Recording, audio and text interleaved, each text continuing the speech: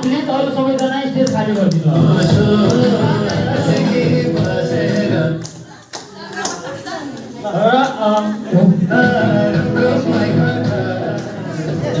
हरिसरको बुवा मम्मी पनि यो हलमा हुनुहुन्छ। प्लिज उहाँलाई पनि म स्टेजमा बोलाउन चाहन्छु।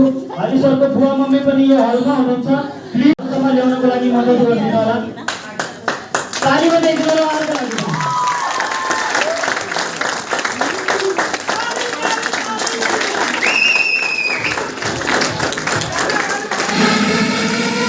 माइक में म हरिसरलाई हस्तान्तरण गर्न चाहन्छु सर। Good morning. मेरो नाम चाहिँ हरिबहादुर चौधरी। मेरो घर चाहिँ गढवा गाउँपालिका 7 नम्बर वडा दाङदेउखुरीदेखि म बिलोङ गर्छु। र म आज एकदमै खुसी छु। खुसीको कुनै सीमा नै रहेन, किनकि जो यो ग्राउन्डको सपना थियो पहिलेदेखि नै, जो मैले 5% को लेभलबाट देखेको जो ग्राउन्ड बन्ने सपना थियो त्यो आज पुरा भएको छ। र म योभन्दा अगाडि चाहिँ नेपाल एपिएफमा चाहिँ 17 वर्ष जागिर पश्चात फेरि पेन्सन रिटायरमेन्ट भएर फेरि हेल्दी लिभिङको बारेमा जान्ने मौका पाएँ। यो सिस्टमको बारेमा जानकारी दिने मेरो गुरु हुनुहुन्छ। मलाई यो सिस्टममा ल्याउने मिस्टर दिलाराम चौधरी सर, उहाँको लागि एकचोटि जोरदार ताली। त्यसैले मलाई साथ सपोर्ट गर्ने मेरो अप्लाइनमा पर्नुहुन्छ मिस्टर ओम प्रकाश चौधरी। माइक में म हरिसरलाई हस्तान्तरण गर्न चाहन्छु सर। Good morning. मेरो नाम चाहिँ हरिबहादुर चौधरी। मेरो घर चाहिँ गढवा गाउँपालिका 7 नम्बर वडा दाङदेउखुरीदेखि म बिलोङ गर्छु। र म आज एकदमै खुसी छु। खुसीको कुनै सीमा नै रहेन, किनकि जो यो ग्राउन्डको सपना थियो पहिलेदेखि नै, जो मैले 5% को लेभलबाट देखेको जो ग्राउन्ड बन्ने सपना थियो त्यो आज पुरा भएको छ। र म योभन्दा अगाडि चाहिँ नेपाल एपिएफमा चाहिँ 17 वर्ष जागिर पश्चात फेरि पेन्सन रिटायरमेन्ट भएर फेरि हेल्दी लिभिङको बारेमा जान्ने मौका पाएँ। यो सिस्टमको बारेमा जानकारी दिने मेरो गुरु हुनुहुन्छ। मलाई यो सिस्टममा ल्याउने मिस्टर दिलाराम चौधरी सर, उहाँको लागि एकचोटि जोरदार ताली।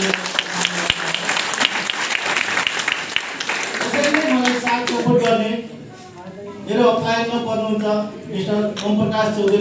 मेरो मेन्टर गुरु हुनुहुन्छ मिस्टर अब्दुल खालिक सर, उहाँलाई पनि मैले हृदयदेखि नमन गर्न चाहे।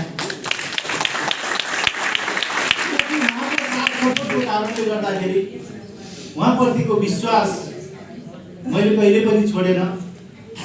जतिखेर नेगेटिभ पोइन्ट आउँथ्यो त्यतिखेर फेरि खालिक सर कारण म फोन गर्थेँ र खालिक सर आउँदाखेरि फेरि उहाँले मलाई भरोसा दिलाउनुहुन्थ्यो, हरि सर 1 देखि 5 वर्ष तपाईँले मेरो हात नछोड्नु होला, किनकि समस्या भन्ने कुरा सधैँ आउँछ।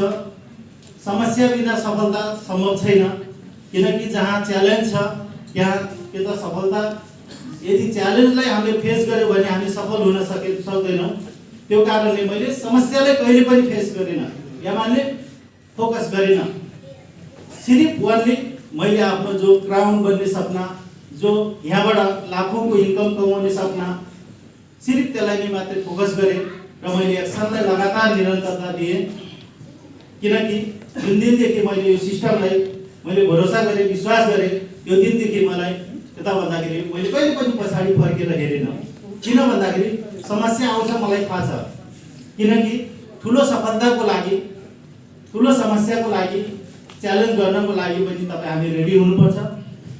यदि समस्यादेखि भाग्यौँ, च्यालेन्जदेखि डरायौँ भनेपछि तपाईँ हामी अगाडि बढ्न सक्दैनौँ। त्यो कारणले हर हमेसा च्यालेन्जलाई भन्दा पनि आफ्नो ड्रिमलाई, आफ्नो सपनालाई फोकस गर्नुहोला र निरन्तरता कहिले पनि नछोड्नुहोला।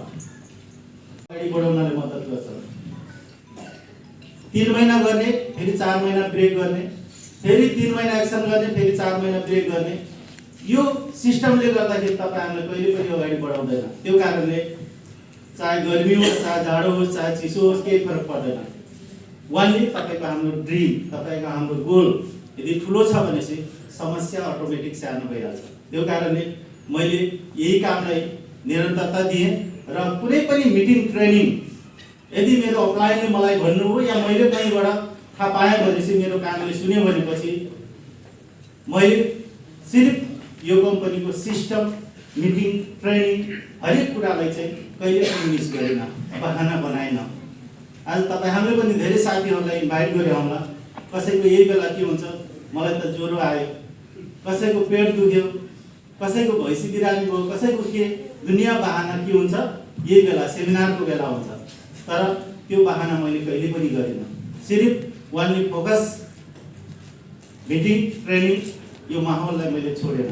त्यो कारणले तपाईको सामु यहाँ ग्राउन्ड लेभल स्टेजसम्म आउन सफल भइसकेको छु र यहाँसम्म साथ सपोर्ट गर्ने मेरो गुरु लगायत मलाई यो धरतीमा जन्म दिने मेरो मम्मी बाबा हुनुहुन्छ। आज उहाँको सामु म यसरी सम्मानित हुन पाउँदा म पनि एकदमै खुसी छु र उहाँहरूको साथ सपोर्ट र आशीर्वादले गर्दाखेरि आज म लगातार अगाडि बढिराखेको छु र अझै पनि धेरै सपनाहरू छ, त्यो पुरा गर्न बाँकी नै छ। त्यसको लागि निरन्तर म एक्सनमा निरन्तर फोकस गर्नेछु भन्दै आज म पनि किन सिक्न आएको छु र मैले पनि आफ्नो मनमा लागेको कुराहरू सेयरिङ गरेँ र हजुरहरूले पनि मलाई सम्मान गर्नको लागि सम्पूर्ण लिडर्सदेखि लिएर सम्पूर्ण हाम्रो हेल्दी लिभिङ परिवारलाई पनि धन्यवाद दिँदै म यहाँबाट बिदा हुन चाहन्छु। र सिस्टममा पहिले स्टार्टअपमा फर्स्ट महिनामा आउँदाखेरि मेरो पहिलो इन्कम सिर्फ 305 रुपियाँको जर्नीबाट सुरु भएको इन्कम आज यो सिस्टमबाट मेरो हाइएस्ट इन्कम, मन्थली इन्कम 1,49,265 रुपियाँ भइसकेको छ। हस्,